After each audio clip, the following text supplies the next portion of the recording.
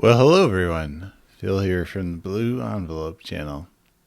You know, in a number of aspects, Jehovah's Witnesses can be considered a fundamentalist Christian denomination, although they are not big fans of that label. And one thing you notice among many other fundamentalist groups is that they are young earth creationists. That is, they believe that the 6 creative days of Genesis are 6 literal 24-hour days. And as a result, they believe that the earth and all life in it came into existence only about 6 to 10,000 years ago. And so the question is that what Jehovah's Witnesses teach? Well, let's let a video from 2020 produced by the organization answer. This was a video titled, "Was the Universe Created?" Let's look at this clip from it. Scientists estimate that the universe is 14 billion years old. This implies that the universe, including Earth, had a beginning. The Bible agrees. Genesis 1:1 reads, "In the beginning God created the heavens and the earth." The account does not say when or how the universe began. Rather, it focuses on the creative process that took place on Earth over 6 periods of time, which the Bible calls days.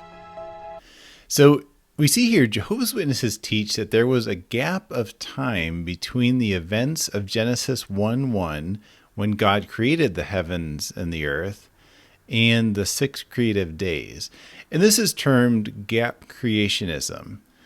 Now, what this allows them to do is to support current scientific consensus on the age of the universe, which is considered to be 14 billion years, and the age of the earth, considered to be about 4.5 billion years old.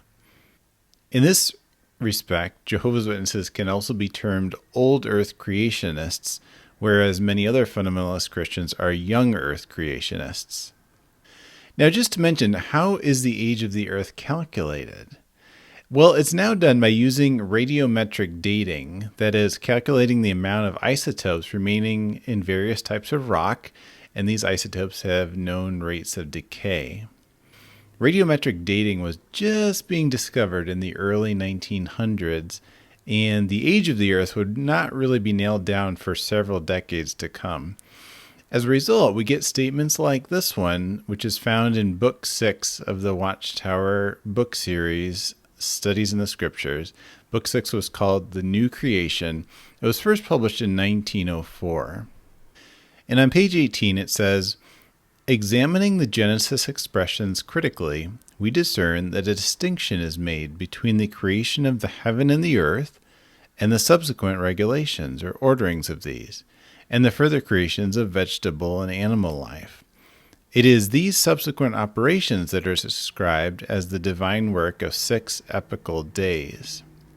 It goes on to say, "The Bible does not say how long a period elapsed between the beginning when God created the heaven and the earth and the beginning of the creative week used in perfecting it for man, nor do geologists agree among themselves as to the period of this interval.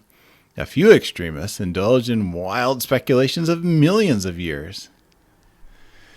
So that was the stance among Jehovah's Witnesses Bible students early on in the 1900s, that millions of years was what a few crazy crackpots were thinking as to the age of the earth. Now, as radiometric dating became accepted mainstream science, Jehovah's Witnesses have revised their thinking on the age of the earth, and now you'll see statements like this one that appears in the Insight book. It says, "Just how long ago the starry heavens and the earth were created is not stated in the Bible. Therefore, there is no basis for Bible scholars to take issue with scientific calculations of the age of the planet. Scientists estimate the age of some rocks as being 3.5 billion years, and the Earth itself as being about 4 to 4.5 billion or more years." So that is what Jehovah's Witnesses believe about when the universe and the earth began. But what do they believe about when life on earth began? Well, let's go back to our universe video. Rather, it focuses on the creative process that took place on Earth over 6 periods of time, which the Bible calls days. Were these 6 24-hour days, as many believe? No. The Hebrew word used in the Bible for day can refer to various lengths of time. Genesis even summarizes the 6 days of creation as one day, the day that Jehovah God made earth and heaven.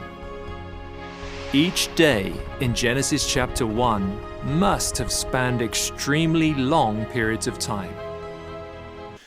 So from this clip, we can see that Jehovah's Witnesses are also what are known as day-age creationists.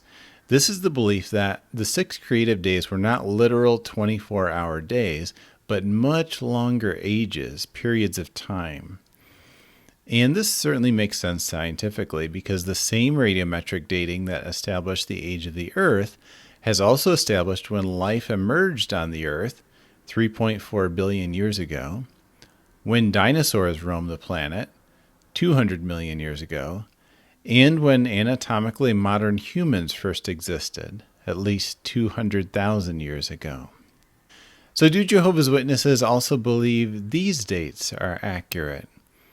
Well, you might easily reach that conclusion based on the video's narration that each creative day spanned extremely long periods of time. This is actually the exact same terminology we find in a 2021 Awake magazine, Awake number 3 of that year.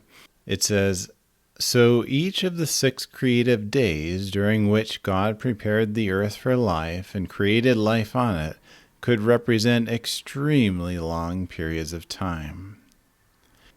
Now, as we see, to fit with accepted science, when it says extremely long periods of time, it would have to essentially mean hundreds of millions of years, depending on which creative day you're talking about. Is that what Jehovah's Witnesses believe? Well, let's check it out a little more. So we might ask, has the literature of Jehovah's Witnesses ever been a bit more specific about the length of each creative day? Fortunately for us, they have. In the Awake magazine of March 2014, on page 5, it said, "In the Bible account, each of the 6 creative days could have lasted for thousands of years." Now this is where alarm bells may start to go off in the back of your head. Everything written by Jehovah's Witnesses was lining up with scientific evidence so far. But thousands of years? That time scale is way off. It should be saying hundreds of millions of years. Now, I guess you could technically say that 100 million years is many, many, many thousands of years. So is that what Jehovah's Witnesses believe? Have they ever been even more specific about exactly how many thousands of years each creative day was? Again, fortunately for us, they certainly have. If we check out the January 1st, 1987 Watchtower on page 30, a Questions from Readers wrote, "Second, a study of the fulfillment of Bible prophecy and of our location in the stream of time strongly indicate that each of the creative days is 7,000 years long. It is understood that Christ's reign of 1,000 years will bring to a close God's 7,000-year rest day, the last day of the creative week. Based on this reasoning, the entire creative week would be 49,000 years long." And now we've gotten to what Jehovah's Witnesses actually teach. Each creative day of Genesis was 7,000 years long. It's interesting that while many teachings of the Witnesses have evolved over the years, this particular teaching about the length of each creative day has essentially existed unchanged from very early on in the religion of Jehovah's Witnesses. In fact, we can return back to that Volume 6 of Studies in the Scriptures for an expanded explanation of this teaching. The book first explains that, if we can figure out the length of one creative day, we then know the length of all of them, since they all must have been the same length. Charles Taze Russell wrote on page 19, "We believe our readers will agree that, although the length of these epoch days is not indicated, We will be justified in assuming that they were uniform periods because of their close identity as members of the one creative week. Hence, if we can gain reasonable proof of the length of one of these days, we will be fully justified in assuming that the others were of the same duration. So, as he says, we just need to know the length of one of those creative days to know the length of all of them. And so Russell focuses on the last day in this figurative week. He explains that after the 6 creative days came the 7th day, a Sabbath or a day of rest, as mentioned in Genesis 2:2 and 3. He writes, "How long is it since Jehovah ceased or rested in his creative work? We reply that it is now a little more than 6,000 years. How long will his rest or cessation continue? We answer that it will continue throughout the millennium, the 1,000 years of the reign of the great mediator, effecting the restitution of all things which God hath spoken by the mouth of all his holy prophets since the world began." And he continues, 6,000 years past and 1,000 years future, 7,000 years of Jehovah's rest will carry us to the time when the sun's millennial reign shall cease because of having accomplished its design. So Russell explains that this rest day must be 7,000 years long, because it's been just about 6,000 years since humans, as God's last creation, were created. And also you have to include Christ's millennial reign as the last 1,000 years of that rest day. And also, quite frankly, 7,000 is a pretty cool number. He explains that if the 7th day is 7,000 years, so too are each of the other creative days. He writes, "It is the length of this 7th epoch day, so distinctly marked by history and prophecy, that furnishes us the clue to the length of all the other epoch days of the creative week. And the whole period of 7 times 7,000 years, or 49,000 years when complete, will lead up to and introduce the great 50th, which we have already noted as prominent in the Scriptures, as marking grand climaxes in the divine plan. Israel's day Sabbaths, culminating in 7 times 7 equals 49, leading to and introducing the 50th, or Pentecost, with its rest of faith. Their year Sabbaths, 7 times 7 equals 49, introducing the 50th, or Jubilee year. The still larger cycle of 50 times 50, marking the millennium as Earth's great Jubilee. And now finally we find the Sabbath, or 7-day system, on a still larger scale, measuring Earth's creation, from its inception to its perfection, to be 7 times 7,000 years equals 49,000 years, ushering in the grand epoch, when there shall be no more sighing, no more crying, no more pain, and no more dying, because God's work of creation shall then have been completed, so far as this earth is concerned. This is the doctrine of Jehovah's Witnesses. As we've seen so far, some aspects of Jehovah's Witness beliefs do align with other creationists, but this idea that each creative day was 7,000 years long is, I think, almost unique to Jehovah's Witnesses. At times, it has heavily influenced the religion. For example, it was basically the key driver to the belief held by many, if not most, witnesses in the 60s and 70s that Armageddon would occur in 1975. How so? Well, as indicated in the timeline printed in the book All Scriptures Inspired of God and Beneficial, witnesses teach that by counting backward through Bible chronology, it can be established that Adam was created in 4026 BCE. Since mankind was the last creation of God before he started his rest day, the 7,000-year Sabbath day began that year. As Russell wrote, there would be 6,000 years of rest, then Armageddon would occur, and then the 1,000-year millennial reign of Christ would begin to complete the 7,000 years. And 6,000 years from 4026 BCE is 1975. It's all there, black and white, clear as crystal. After 1975 came and went with no Armageddon, witnesses went back to the explanation which had actually already been published in the 1963 edition of the All Scriptures Inspired book. The explanation was that you can't start counting the rest day until after Eve was created, and we don't know how much time elapsed between the creation of Adam and the creation of Eve. Unfortunately, in this instance, the organization had ignored its own counsel that it does no good to use Bible chronology for speculating on dates that are still future in the stream of time. In a July 1976 Watchtower study article, published almost a year after the hoped-for 1975 date had come and gone, the organization tried to explain a bit further why it didn't really change anything that nothing had happened in 1975. It, in particular, discussed the time between the creation of Adam and the creation of Eve. It wrote, "What then does this mean? Simply this, that these factors and the possibilities for which they allow prevent us from saying with any positiveness how much time elapsed between Adam's creation and that of the first woman. We do not know whether it was a brief time, such as a month, or a few months, a year, or even more.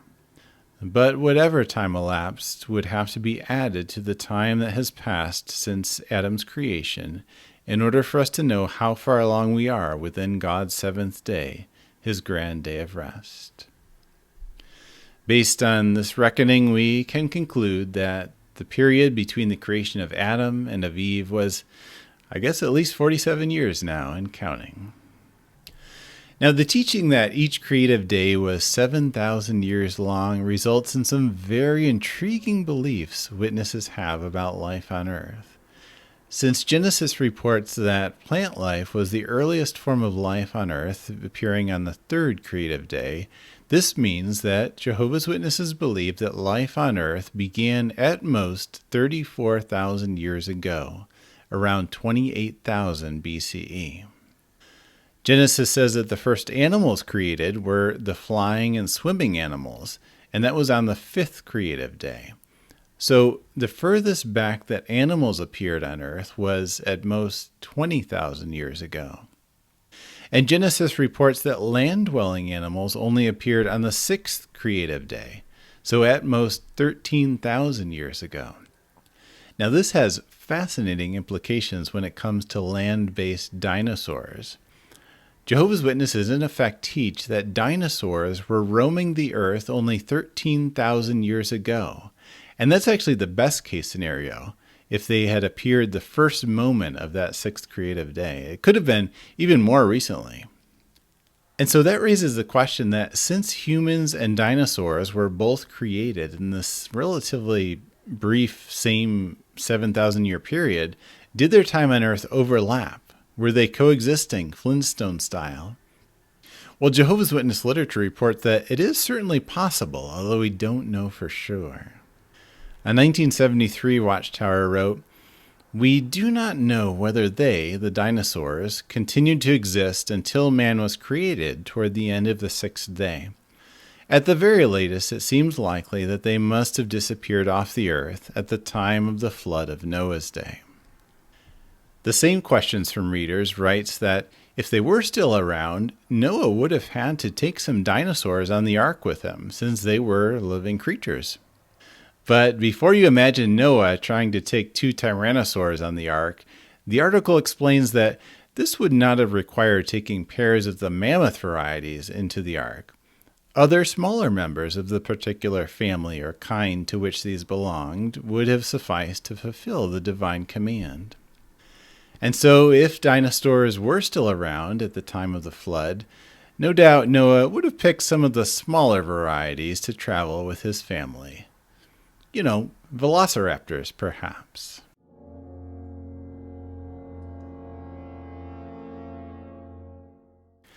It is interesting that while Jehovah's Witnesses accept the radiometric dating of rock when it is used for dating the Earth to 4.5 billion years old, they reject the radiometric dating of rock when it's used to date the rock around dinosaur bones, which is normally done to about 200 million years old. When used for that purpose, radiometric dating suddenly becomes speculative and uncertain in Watchtower literature. In a 1990 series of articles on dinosaurs, Awake wrote that while the radioactive dating method is innovative, it is still based on speculation and assumption. This Jehovah's Witness teaching that life began on Earth 34,000 years ago has not really been explicitly spelled out in about 35 years since that 1987 Watchtower article. The effect is that current witnesses, either born in or converted since that year, probably have little or no idea that this is the current witness doctrine. And yet, if you know to look for it, the doctrine peeks through in almost every article about science written by the organization in recent years. In 2010, the Society published the brochure, Was Life Created? On page 24, it wrote, geologists estimate that the Earth is 4 billion years old, and astronomers calculate that the universe may be as much as 15 billion years old. Do these findings, or their potential future refinements, contradict Genesis 1:1? No. The Bible does not specify the actual age of the heavens and the earth. Science is not at odds with the biblical text. We note here that they specify that the science does not contradict Genesis 1:1. However, they are silent on whether it contradicts witness teachings about later verses in Genesis 1. On page 25 of the brochure, it writes, how long then were the creative days? The Bible does not say. However, the wording of Genesis chapters 1 and 2 indicates that considerable lengths of time were involved. Oddly, it declines to mention that for Jehovah's Witnesses, those considerable lengths of time were 7,000 years each. In the January 2014 Awake magazine on page 12, it writes a little bit more plainly, evidently, these days of creation lasted many thousands of years. Similarly, in the March 2014 Awake on page 5, it writes that, in the Bible account, each of the 6 creative days could have lasted for thousands of years. A little further down it writes, the Bible account of creation does not conflict with scientific conclusions about the age of the universe. We note that while it focuses on the age of the universe, the magazine is silent on whether scientific conclusions conflict with witness beliefs about when life appeared on the earth or when dinosaurs existed. We already looked at the 2021 Awake magazine, number 3, which described the creative days as extremely long periods of time, although the article declines to mention that witnesses believe that those extremely long periods of time were actually just 7,000 years each. When you look at the FAQs on the jw.org website, one of the titles is, Do Jehovah's Witnesses Believe in Creationism? The FAQ flatly answers, no. Jehovah's Witnesses do believe that God created everything, but we do not agree with creationism. Why not? Because a number of creationist ideas actually conflict with the Bible. Consider the following 2 examples. Number 1, length of the 6 days of creation. Some creationists assert that the 6 days of creation were literal 24-hour days, but the word day in the Bible can refer to a considerable length of time.